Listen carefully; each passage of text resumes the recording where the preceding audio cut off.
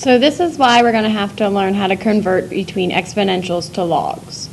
Typically, I've given you x, and you've had to solve for y. Now I'm giving you y, and you're going to have to solve for x. So we have to figure out 2 times 3 to the what will get us to 9. And in some cases, it's going to be very simple. You could just look and see what the number is, but in most cases, you can't do a guess and check on this, and you have to use logs to convert this in order to solve for x. So that is why our objective is the students will learn to rewrite the exponential functions. So this is the exponential, and we're going to learn to rewrite it as logarithmic in order to solve for the exponent.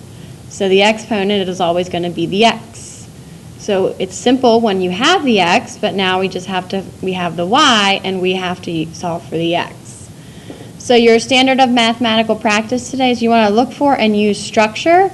I'm going to give you a chart that you'll be able to use on tests and quizzes, so you won't have to memorize how to do it. This will also help you a lot in Algebra 2, as your Algebra 2 teachers use a lot of logs and graphing logs and converting logs. So this is a skill that will also help you in Algebra 2. On the back of your warm-up, you should have this chart. So there's 2 different ways we're going to have to convert. The first example is when a is 1, which means you don't have a number in front of the b. So it's basically like 3 to the x power equals 9. So 3 to what power equals 9, and we all know that x would be 2. So notice there's no a value out here. It's just the b value. Okay? So in your chart, I would fill in when it's b to the x equals y. To put it into a log form, you're going to do the log to the base b of y equals x. So if you need to write how to say it, it would be log maybe of y to the base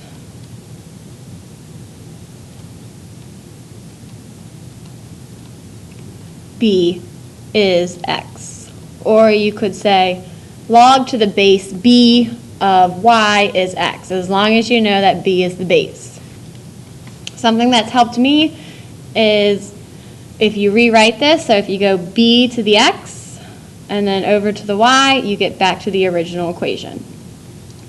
So to actually calculate your solution, you would key this in on your calculator. You would do log of y divided by log of b. And I'll show you how to put that in on your calculator when we get to it. So again, you don't have to memorize these. You will be able to use your chart on tests and quizzes. And if you don't have your chart, I will probably put it up on the camera for you to see. Okay, but this is a chart that you're going to want to have to use unless you memorize it. So, in order to just do some skill practice, I'm going to have you do the front of this worksheet. I will do a couple with you, and then you'll be responsible for finishing it. So something that's probably going to help you is I've put the chart up at the top so you don't have to keep flipping through. And then you want to identify your y and your b. So the y here is 17, and the b is 3. So we have to figure out 3 to the what is x. Again, we're going to be solving for x. So log to the base 3 of 17 is x. So what you would type into your calculator is the log of 17 divided by the log of 3. So if you think base goes on the bottom. And then you are going to round your answer, and notice most of our questions are going to say to the nearest hundredth. So that means 2 spots, 2 numbers. Okay? So in order to calculate this, you would take your calculator, and the log button is towards the left-hand side. So you would do log of 17, close the parentheses, divided by log of 3. And so you would need to round this to the second decimal spot. So you look at the 8. The 8 bumps the 7 up, so it's going to be 2.58, which is pronounced 2 58/100ths. Okay? I will take points off if you do not round correctly, because we should know how to round to 2 spots. Okay? So if I did another one, it would look like 13 equals 12 to the x power. So 12 to the what gets you to 13. So your y is 13, and your b is 12. So log form would be log to the base 12 of 13 equals x, because we're solving for x. We have the y. So again, you would come over to here and write it as log of 13 divided by log of 12. And your rounded answer would be log, oh no, did my calculator, okay, log of 13 divided by log of 12. And you get 1.032.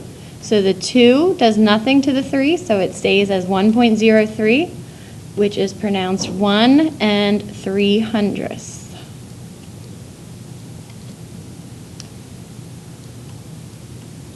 And now I'm going to show you the biggest mistake I see is you have to be very careful with your parentheses. So if I were to do log of 13 divided by 12, close my parentheses, I would get a very different answer.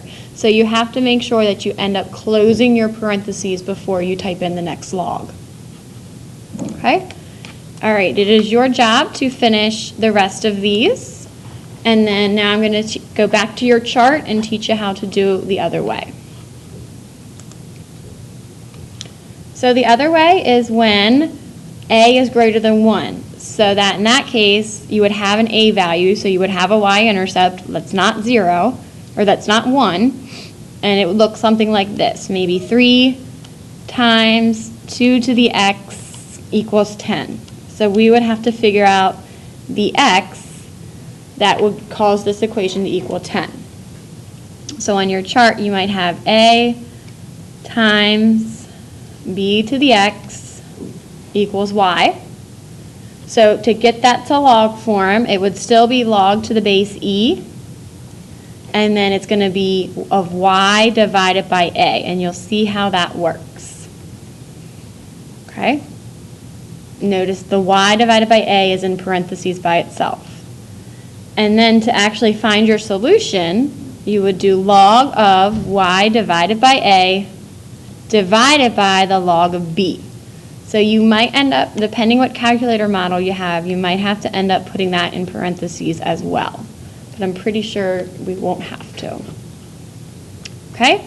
So now if you flip your paper over, there's examples on the back that show us how to do when we have an a value.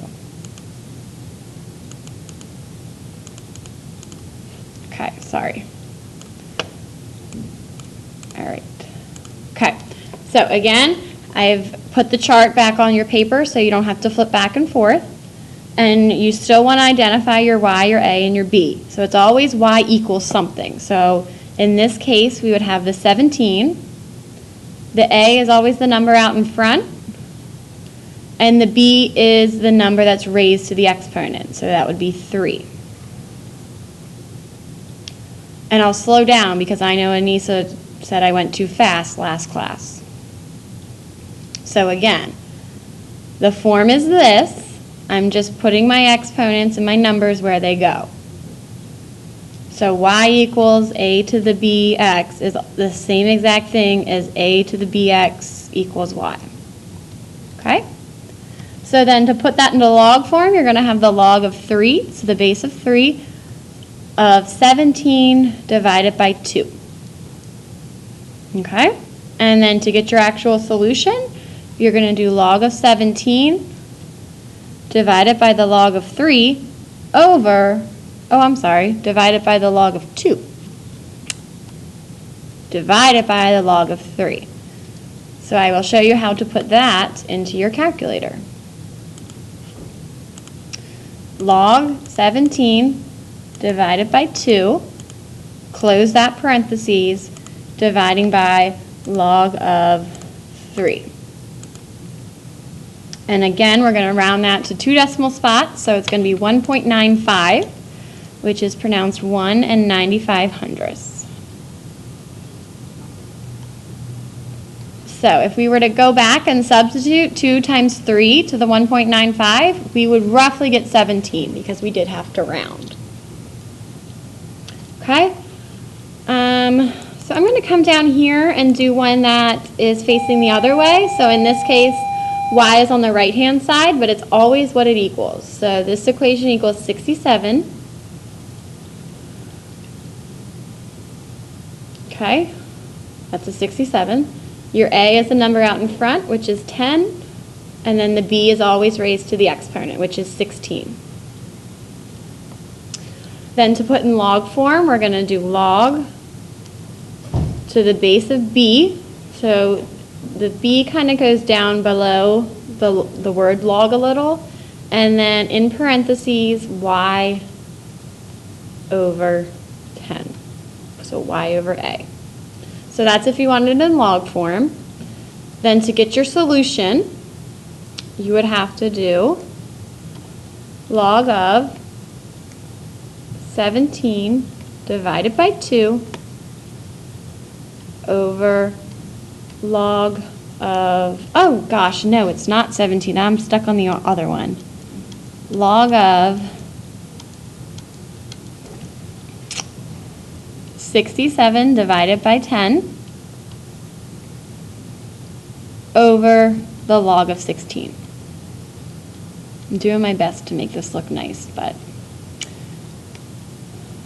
All right, so then to get your actual rounded answer, so the value of x, because we're solving for x, you would key it in on your calculator, log of 67 divided by 10 over log of 16. So 0.686, the 6 is going to bump the 8 up to a 9. So we have x equals 69 hundredths. Okay? At this point, I'm going to end the video. You are responsible for doing the front and back of this worksheet. The goal is to also do some partner work after, so you should be able to finish the video in a roughly good time frame. So after this, I would like to do some partner work and then hopefully some group work, and then we will get to closure.